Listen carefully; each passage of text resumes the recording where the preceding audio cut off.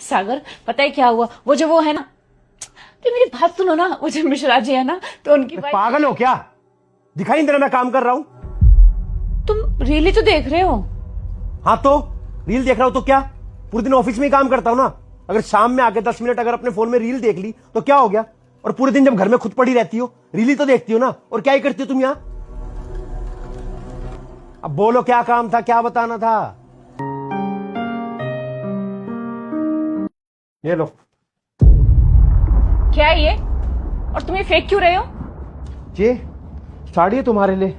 अपनी माँ को फोन पर बता रही थी ना कि माँ मैंने तो अभी तक एक भी साड़ी नहीं ली है।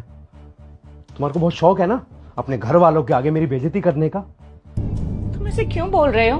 हाँ, मैंने किसी के सामने तुम्हारी बेइज्जती नहीं की है सागर, मैं अपनी माँ से बात कर रही थी बस। अरे सब समझता हूं मैं, पागल नहीं हूं दिमाग से। समझ में आ गई? जब खुद पैसे कमाती ना उस दिन पता लग जाता कि पैसे कैसे आते और कैसे नहीं। मुझे तो समझ में नहीं आ रहा है कि मैंने तुम्हें क्या देखा जो मैंने तुम जैसे घटिया इंसान से शादी की। तो तुम्हें यही लगेगा ना कि तुमने घटिया इंसान से प्यार करा है। पता है क्यों? क्योंकि पैसे तो है नहीं मेरे पास जो मैं तुम्हें कुछ और लाकर दे दूं, है ना? तुम घटिया इंसान तो हो, लेकिन पैसे ना होने की वजह से नहीं, अपनी इस घटिया सोच की वजह से। तुम्हें देखकर ना मुझे एक कहानी याद आ रही है, चिड़िया की कहानी। बचपन में मुझे किसी ने सुनाई थी, आज मुझे तुम्हें सुनाने का मन कर रहा है। एक चिड़िया थी, उसे खेत में एक पुतले से प्यार हो गया था।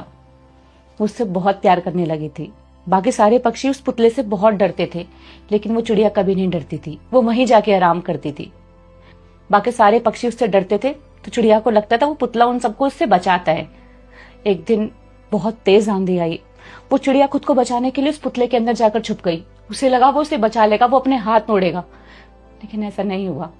वो वेट करती रही, लेकिन उस पुतले ने अपने हाथ नहीं मोड़े और वो चिड़िया उस आंधी में मर गई। पता है, मरने से ठीक पहले उस चिड़िया के मन में क्या आ रहा था कि ये पुतला मुझसे बहुत प्यार करता है और कैसे भी करके मुझे उससे बचा लेगा, लेकिन ऐसा नहीं हुआ। सागर, मैं अपनी जिंदगी भी उस चिड़िया की तरह नहीं निकालना चाहती। मुझे पता है कि तुम मेरा कभी साथ नहीं दोगे। तुम्हें तो मेरा हाथ पकड़ने में भी शर्म आती है। तो मैंने फैसला कर लिया है, मुझे अब तुम्हारे साथ नहीं रहना है।